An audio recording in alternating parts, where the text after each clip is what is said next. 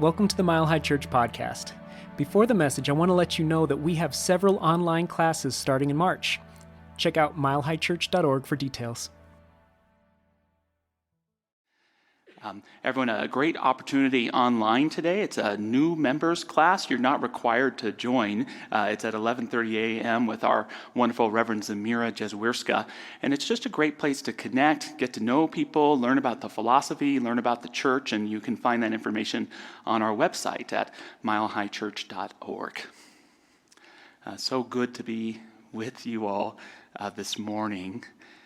When I was 22 years old, in 2003, I entered my ministerial studies in Los Angeles, California, at the Agape International Center for Truth, led by the great Dr. Michael Beckwith, whom many of us know here. And he taught one of my first classes. It was a homiletics class, or how to speak, how to give sermons. And I'll always remember it because he gave every one of us in the class two gifts. And these two gifts got me started on a spiritual journey that I am so incredibly grateful for. The first gift was an audio cassette. Yes, we still had those in 2003. Of a sermon given by Dr. Martin Luther King Jr. in 1968, just a few months before he was murdered, called The Drum Major Instinct. And it was so important to me because it introduced me not just to Dr. King, the civil rights leader or the author of the letter from Birmingham jail, but as one of the sharpest, most brilliant spiritual minds of the last 100 years. I invite you to look up the talk on YouTube, not right now, please enjoy the service, but it's an incredible message, and it sent me on my way of exploring Dr. King in newfound ways. The other gift was a book, the autobiography of Howard Thurman, called With Head and Heart. Dr. Thurman had been a great spiritual influence on Dr. King, especially in terms of nonviolence. And he had been the chaplain at many universities, including Boston University, and he was the co-founder of the Church for All Peoples in the 1940s in San Francisco. It was an integrated and interfaith church. How cool is that?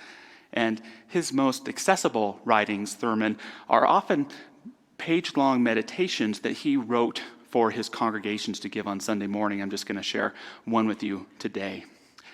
There are qualities that seem to be hidden deep within the very texture of the human spirit that can only be laid bare that they may grow and be fruitful by the most terrific flailings of desperate adversity.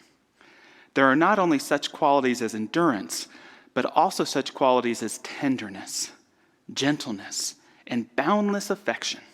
It seems that these qualities emerge in their fullest glory only when there is nothing more that adversity can do. There is a strange halo surrounding great tribulation, which shines in a transcendent glory. My message today is freedom, your divine destiny. And Dr. Thurman's words so equate with Ernest Holmes' teaching of freedom. It's something that I find fairly unique about this teaching is our belief in freedom as a spiritual quality and the right of every human being. No matter their faith tradition, no matter their gender, no matter their ethnicity or what country gave birth to them, we believe that this life exists for us to realize, embody, and practice freedom. Our founder, Dr. Ernest Holmes, said that you never have to surrender freedom, only that which is opposed to it. And that's a lifelong human journey. He also says in our Declaration of Principles, we believe that the ultimate goal of life is to be complete emancipation from all discord of every nature, and that this goal is sure to be attained by all.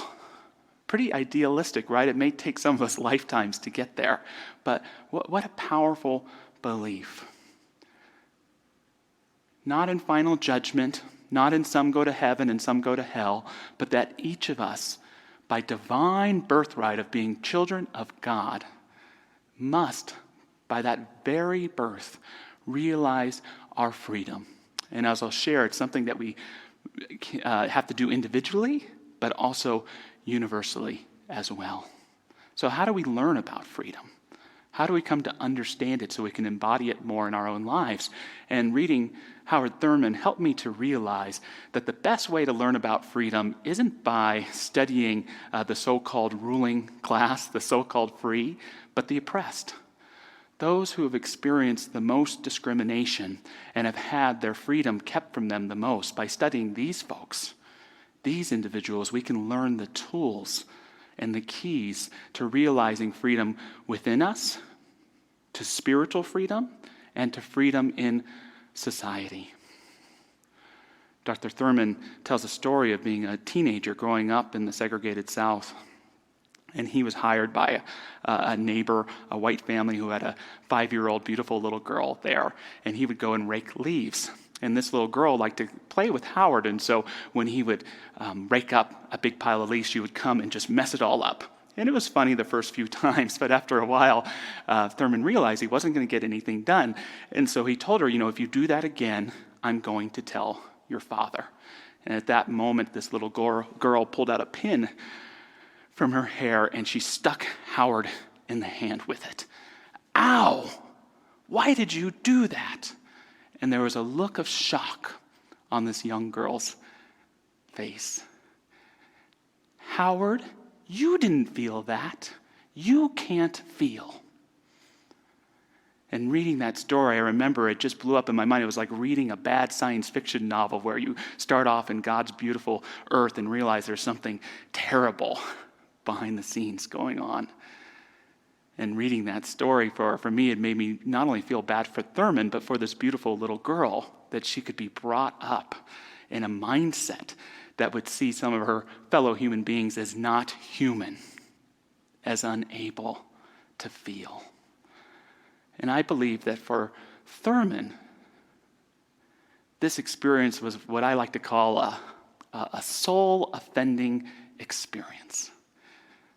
The soul-offending experience is the experience where your humanity is so challenged that it awakens your soul. Where your dignity is so put into question by the world or the ways of the world that there's part of you that says, no, there is a greater truth within me that can rise above whatever is taking place to me. It's one of the most powerful spiritual realizations that we can have, because when our soul is so offended that it awakes, we therefore dedicate our lives to realizing the possibilities in our heart we know should be so in our lives. This is Mahatma Gandhi being thrown off of a train in South Africa. This is Rosa Parks refusing to get off of a bus in Montgomery, Alabama. This is all of us. This is each and every one of us. Perhaps you've had a soul-offending experience where your dignity has been put into question, where your humanity was pressed down so that someone could lift their sense of righteousness up, where our soul says no. And we do the work of realizing spiritual freedom. Even when it may not exist around us, we realize that there is something within us. One of the greatest spiritual truths we can ever understand. There is a spiritual truth within us that is greater than anything that might be happening around us. I think Albert Camus said it best. In the midst of hate, I found there was within me an invincible love. In the midst of tears, I found there was within me an invincible smile. In the midst of chaos, I found there was within me an invincible calm. I realized through it all that in the midst of winter, I found there was within me an invincible summer. And that makes me happy, for it says that no matter how hard the world pushes against me, within me there's something stronger, something better, pushing right back. Whatever that obstacle may be facing you in your life today, whatever that challenge, whatever that sense of dignity, recognize and honor that there is that part within you, greater than whatever that is, pushing right back. February's Black History Month. And so it was my intention to weave some Black history into our message today on freedom. And those two gifts that Dr. Michael gave to me really sent me on my journey of understanding not only spirituality from a new depth, but learning about Black history. And the joy of that for me is learning that it's American history. You know, there are voices today, and I understand them, that would define our nation as the result of white hate, of white supremacy. And I understand that. We have to listen to that. We have to see our history as a whole, the good and the bad. But the great gift that studying Black history gave me is that our country is not defined by white hate, but by Black courage. Our country is not defined so much by supremacy, but by suffrage. It's not so much defined by those who would press down other classes to lift themselves up, but by those who would give their lives in service of their country. And yes, you have to take everything as a whole to understand your history, to understand your life. It's so important to not be naive. That's not my intention in sharing what I'm saying. But it's so powerful when we learn from those among us who have been mistreated most by our society, how they most realized that spiritual truth within them and brought it to life. The most influential book Howard Thurman had on me, and I'll share that. I'm a big believer that when you fall in love, especially with a spiritual teacher that inspires you, read everything they wrote. Why not? And he wrote a book called Deep River. And it was about Negro spirituals that he had studied. And it was so awakening for me because it helped me to realize that even though there were countless groups of people brought here into enslavement from Africa, that they still contributed to this country a spiritual depth and wisdom and heart that may never be surpassed. What a weird dichotomy that is. And so I've learned not only that the enslaved people of our country, because they weren't allowed mostly to learn how to read or write, used this gift of song that became gospel and rhythm and blues and country music and rock and roll. This group of folks took a Christianity that was mainly used to enforce rules in the community and made it about love, made it about understanding. So reformed Christianity. And for me, here's that dichotomy again, as much, if not more so than any other people in our country realized that prayer within them of liberty and justice, even though we're still working on that today. Such examples of knowing what freedom is and should be for all people. There are many folk tales shared during enslavement, and it's unfortunate, to be honest, because many of them were lost, or many of them were taken down by white folks and sometimes not always trusted. But one of my favorite folk tales that comes from African Americans during the time of slavery is this. It's this spiritual idea that all God's children have wings. All God's children have wings. And so you'd hear these folk tales, and they sound simple on the surface, but they have great spiritual depth. One goes like this, and part of the mythology was that it was believed that back in Africa, the people there used to have wings, but somewhere along the way forgot they had them. So keep that in mind as we read. And they all remembered what they had forgotten and recalled the power that had once been theirs. Then they all stood up together, and they all leaped up into the air with a great shout, and in a moment were gone, flying like a flock of crows over the field, over the fence, and over the top of the wood. The men were clapping their hands, and the women went singing. The master, the overseer, the driver looked after them as they flew, beyond the wood, beyond the river, miles on miles, until they passed beyond the last rim of the world and disappeared in the sky like a handful of leaves. They were never seen again. What does that mean for all of us to remember that ability to transcend whatever challenge whatever suffering may be before us, by remembering those spiritual wings within us and learning to fly, even if things don't work out our way. Howard Thurman got to go to India and meet Gandhi. He was a part of a black Christian delegation that got to go there, and they were excited to welcome this delegation because India, in its own way, had its caste system going as well.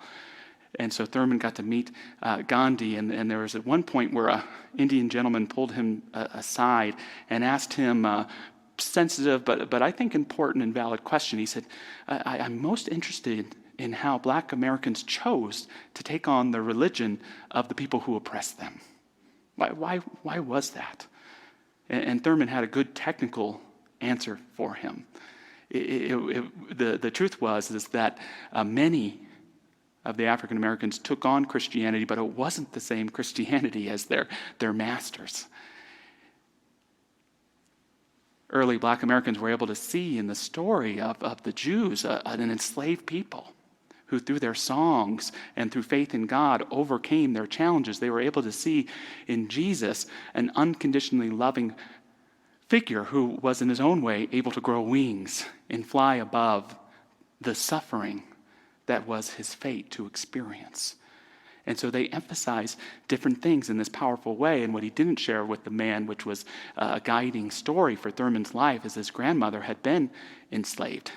And she would share that from time to time, there would be a preacher that would be allowed to speak to the enslaved that lived there. And they would give a very proper talk because they'd be being watched. But every once in a while, a pastor would pull a group of people together and say, here's the truth. You are a child of God, and God loves you just as you are. And that's what converted her. She would say she always refused to read the letters of Paul because that's what was used to try and keep her in her place. But these other books inspired her in an incredible way. And that's another key for all of us of claiming our divine destiny of freedom, is to know that God loves us. To know that there is an unconditionally loving presence always available to us if we can accept it, if we can embody it. And when we do accept it and embody it, the empowerment that gives us to stand in our truth, even transforming those limited truths that we've been asked to stick to, is incredible. I couldn't help in first hearing that story of being reminded of the spiritual transformation story over 100 years later of Maya Angelou, who, living a very rough life, found herself in a group with her mentor, Frederick Wilkerson, in a room full of white people, and they were reading a New Thought book called Lessons in Truth by Emily Cady. And one of the chapters ended with the words, "God loves me." And Mr. Wilkerson asked Maya to read it again. And she did. God loves me. Read it again. God loves me. And if you read her memoirs, you'll understand why she felt this way, but she thought that she might be being made fun of in this group of white folk that were around her. It made her uncomfortable. But eventually she kept saying it. And in that moment, in that repetition, began to embody it and believe it is true. She shares, I suddenly began to cry at the gravity and grandeur of it all. I knew that if God loved me, then I could do wonderful things. I could try great things, learn anything, achieve anything. For what could stand against me, since one person with God constitutes the majority? What does it mean for you to know that there is an infinite presence of love that's always there? What does it mean for you to know that God loves you? What does it mean to know that you are one with that majority that would never desacralize that most holy truth of who you are? And for many of us, we need to ask ourselves that question because we haven't fully accepted that love into our heart. We haven't fully embraced that love into our life to know what does it mean to live in relationship with something infinite? What does it mean to live in alignment with unconditional love? Find out what it means. Find out what it means for you. Angelou goes on, she says, that knowledge humbles me today. It melts my bones, closes my ears, and makes my teeth rock loosely in my gums. And it also liberates me. I am a big bird winging over high mountains, down into serene valleys. I am ripples of waves on silver seas. I am a spring leaf trembling in anticipation of full growth. 3 points to complete today on embracing and embodying your divine destiny of freedom in the face of anything that seeks to beseech you. First, turn apathy into hope. Turn apathy into hope. My mother used to say, and I totally agree with her, that the greatest sin in life is apathy. And some would define apathy as not caring. I would define it as all of the defense mechanisms we build up in life against caring.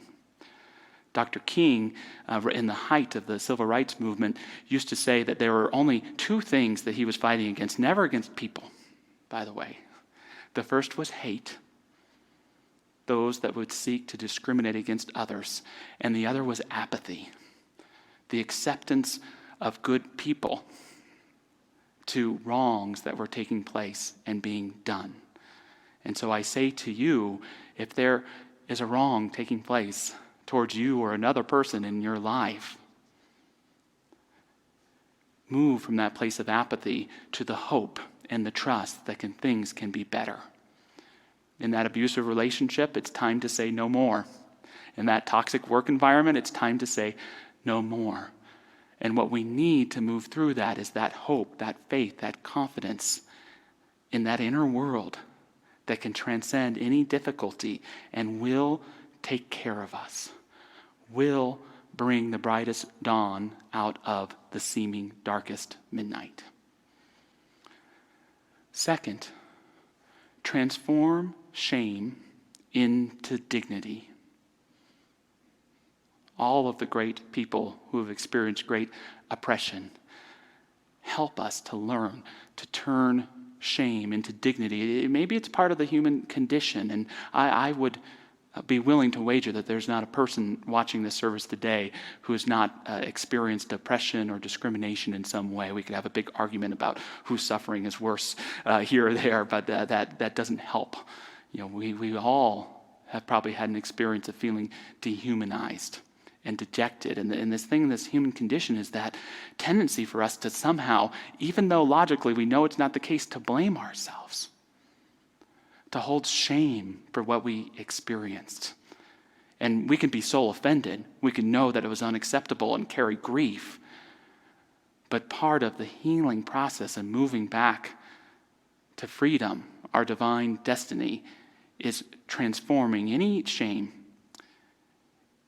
into greater dignity, loving ourselves as we were when it happened, and loving ourselves now, calling ourselves back from any past experience that may be haunting us, that may cause us to feel like our spirit has been kidnapped by the past, that calls it forth so that we can live whole, knowing I am beautiful, I am worthy, I am a child of God. Will you say that with me? I am beautiful, I am worthy, I am a child of God. Lastly, turn history into legacy.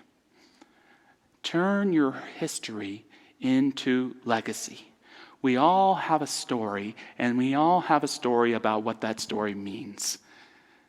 That's where legacy comes in. History can never tell the whole story, because legacy is the fruit of history. And our legacy as present beings with the gift of life today is to make even the saddest story, even the greatest challenge, to bring forth healing and love and helping others and greater unity for all of us about. It's not always easy to do, but it's up to us. And that's one of the sad facts about freedom, is when we look back in history and look back at our lives and see people that never got to realize it the way they should have. People that were born enslaved and died enslaved. parents or grandparents who sacrificed immensely so that we could go to school or have more than they did. Mothers and grandmothers who could never have positions in work that we could have today. People who gave their lives in service to our country so that we could live in greater freedom. It's up to us to remember their history, but to realize it in our own legacy. And this is where we truly find out that freedom isn't just individual, it's universal. It's up to all of us. And I just wanted to close with an example of that from Thurman, one of my favorite readings, and it's a little long, which is a ministerial sin, but just bear with me and take in this powerful experience he had of returning to Africa, the place where his ancestors had been from, a place where he was taught when he was young was an ugly or a bad place, getting to return to where his roots were founded. He saw the shores of Africa, and he wrote the following in his journal. From my cabin window, I look out on the full moon and the ghost of my forefathers rise and fall with the undulating waves. Across these same waters, how many years ago they came. What were the inchoate mutterings locked tight within the circle of their hearts? In the deep, heavy darkness of the foul-smelling hull of the ship, where they could not see the sky, nor hear the night noises, or feel the warm compassion of the tribe, they held their breath against the agony. How does the human spirit accommodate itself to desolation? How did they? What tools of the Spirit were in their hands which to cut a path through the wilderness of their despair? If only death had come, being ushered into life by a terrible paroxysm of pain, all the assurance of the way of the tribe would have carried the Spirit home on the wings of the precious ceremony and holy ritual. But this, nothing anywhere, and all the myths and all the stories and all the ancient memory of the race had given hints of this torturous convulsion. There were no gods to hear, no magic spell of witch doctor to summon. Even one's companion in chains muttered his quivering misery in a tongue unknown and a sound unfamiliar. Oh, my fathers, what was it like to be stripped of all supports of life, save the beating of the heart and the ebb and flow of fetid air in the lungs? In a strange moment when you suddenly caught your breath, did some invitation from the future give to your spirit a wink of promise? In the darkness, did you hear the silent feet of your children beating a melody of freedom to words which you would never know, in a land which your bones would be warmed again in the depths of the cold earth in which you would sleep, unknown, unrealized, and alone? So, with the closing prayer today, I invite us to become aware of not only our individual history, but the history of this human race, its great achievements and its great failures, and that divine opportunity available for each of us right here and right now to not only be the individual, beautiful, precious beings that we are, but to also be a microcosm of that macrocosm of the human race. To never forget the sins of our past, yet to step boldly into the future, knowing and understanding them so we do not repeat them towards others or towards ourselves. This is a beautiful, sacred world that we live in. How blessed am I to know this truth? How blessed is each of us who chooses to embody and embrace this truth today, to embrace our divine freedom, our divine destiny, and bring along with it that sacred responsibility to care for one another, to help uplift those who feel broken, to help know and hold a higher truth so that all of us may live in a freedom that perhaps is even more than we can imagine today. Living in wholeness, living in love, living in forgiveness, living in learning, living in understanding. May anything that is blocking our way fade away in the midst of that divine light. And may we move forward step by step in healing, in clarity, and in that unconditioned joy born in our souls. Let it awaken in us today. And so it is.